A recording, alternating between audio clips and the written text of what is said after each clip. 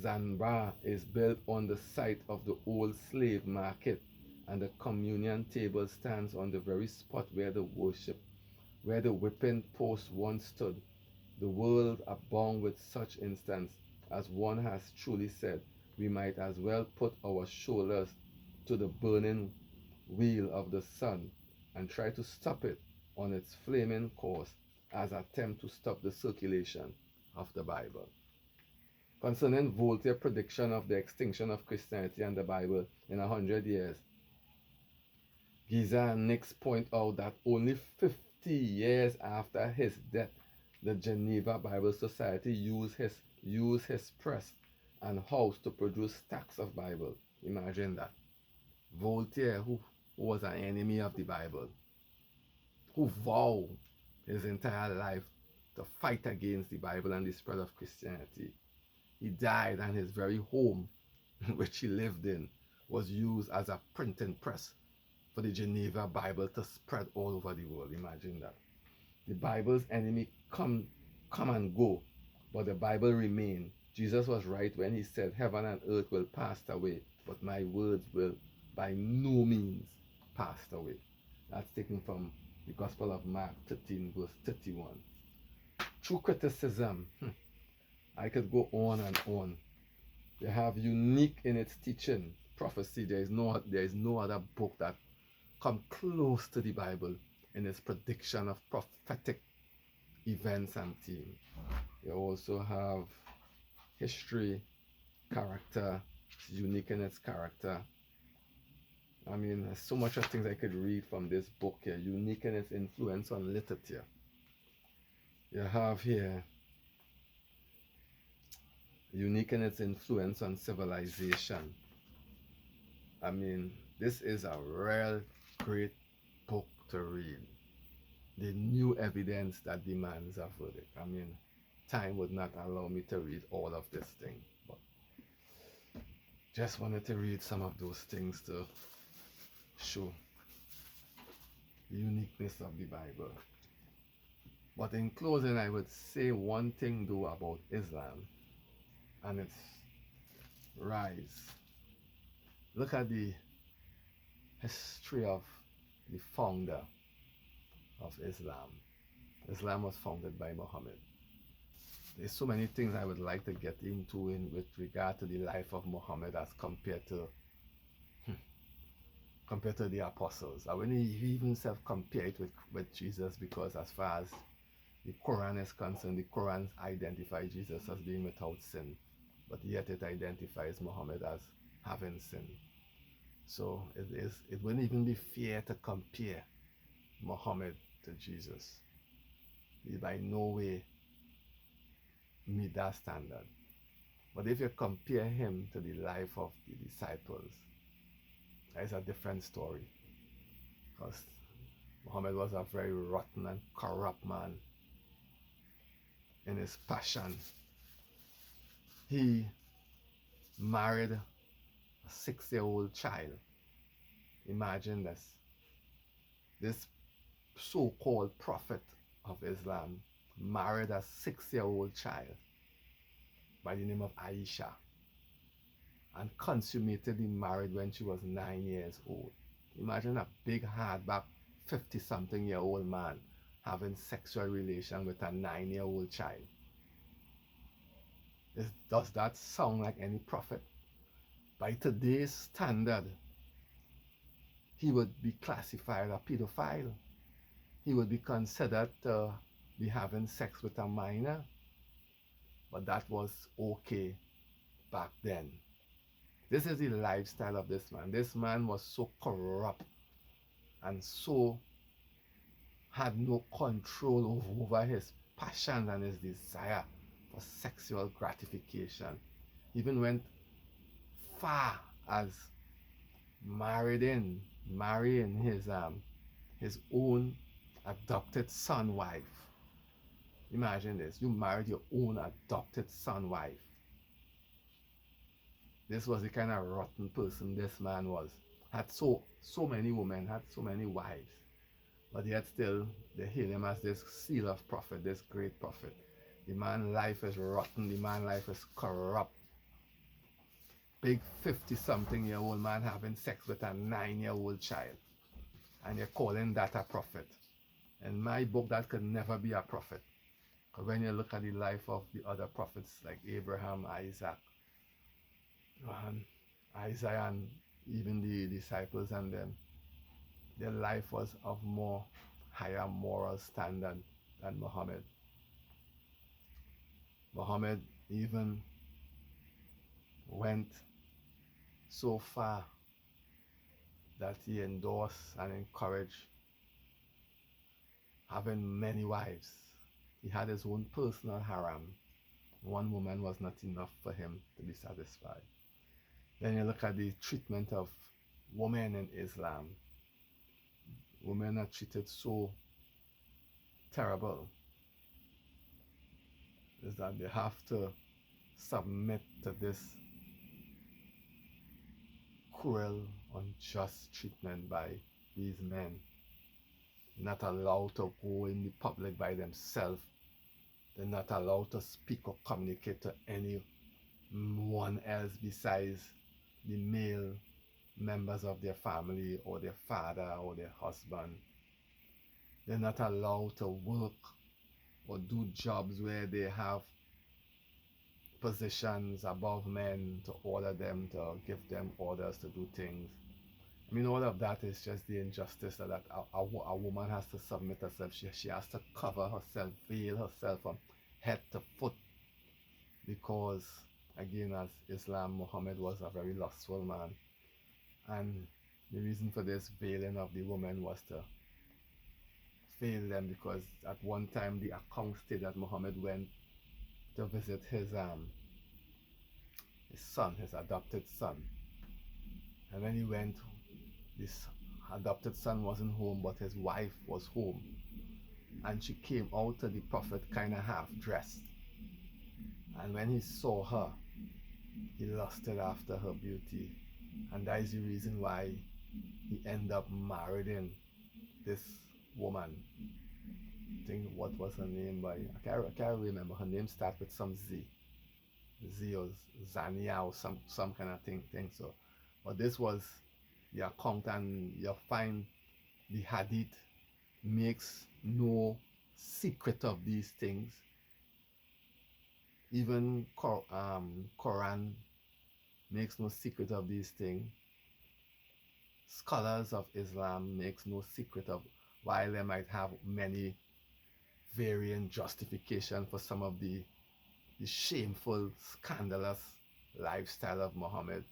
They try all out to justify it and cover it up and make it sound palatable and give all kind of ludicrous reasoning. This is the lifestyle of this man called Muhammad, who is the founder of Islam. And yet still, these Muslims have the audacity to come and watch Christians and tell them that they're serving a false god. When really and truly it is you Muslims who serving a false god, a moon god, pagan moon god. Imagine this: there is no freedom of expression, there is no religious liberty in Islam. That if one,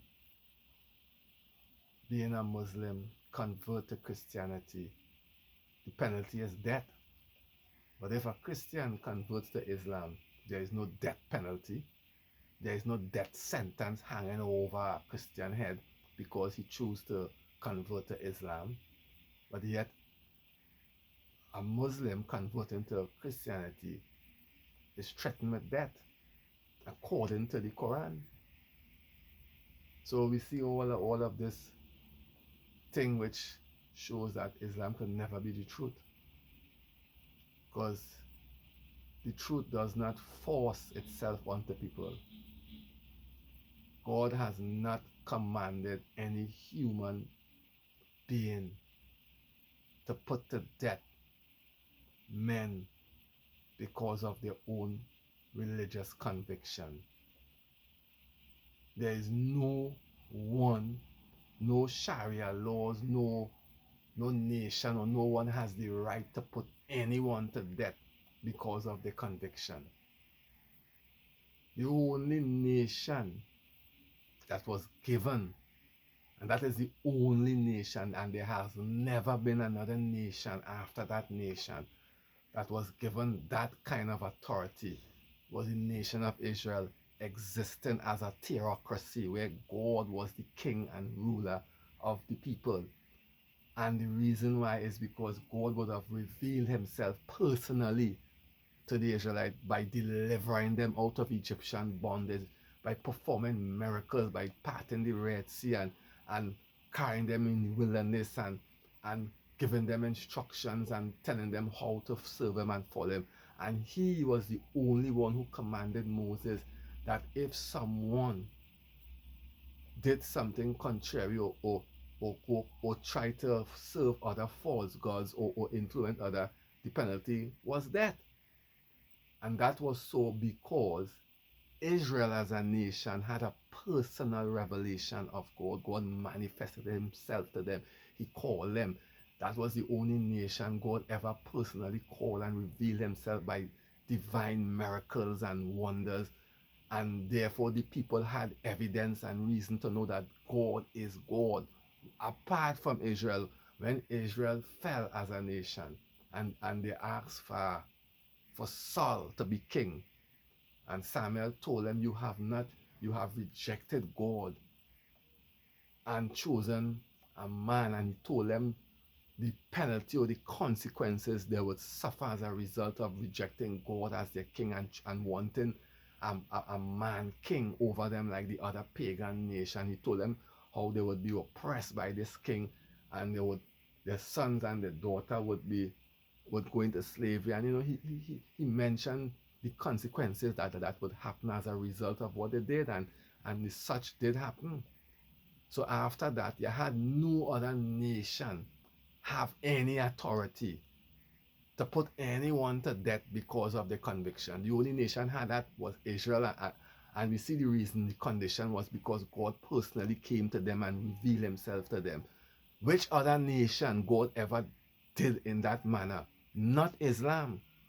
Because not even in the history of Islam and Muhammad, there is any account of God dealing with the Arabs in the manner of how he dealt with the children of Israel, and he formulated them as a people, as a nation, where he was the king and ruler. You had that theocracy. You don't have that in Islamic history or in no other nation. So therefore, no nation, no government have the right to put anyone to death because of the conviction. And this is what Islam does. Islam, and not only Islam, I mean the Catholic Church did it too, because the Catholic Church has been a corrupt, false, crooked, persecuting power. But not only the Catholic Church, Islam as well. And when you look at Islam, has so much similarities with Catholicism. For example, Islam is a persecuting power, just as the Catholic Church was a persecuting power to men based upon their conviction. There is no religious freedom. There is no liberty of conscience in both Islam and Roman Catholicism. You also have in both Islam and Catholicism, you have the exaltation of Mary, which encourage a kind of Mary worship, because the Koran says how Allah preferred Mary above all women that existed. So that placed Mary in an exalted state to make her as though, like, she's better than other women.